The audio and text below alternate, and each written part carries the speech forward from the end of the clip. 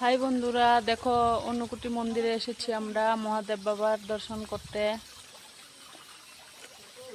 খুব সুন্দর জায়গা, মন ভরে গেল এখানে এসে। দেখো ওই উপরে বহু মহাদেব বাবার মন্দির আছে।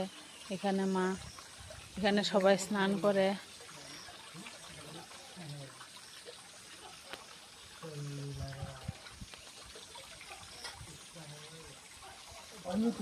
তোমরা সময় করে একবার এসে দেখে যাইও। খুব সুন্দর মন্দির, খুব ভালো লাগে, মনটা শান্ত হয়ে যায় এখানে আসলেই। মা, বাবা, নন্দী বাবা, এটা হলো নন্দী বাবা।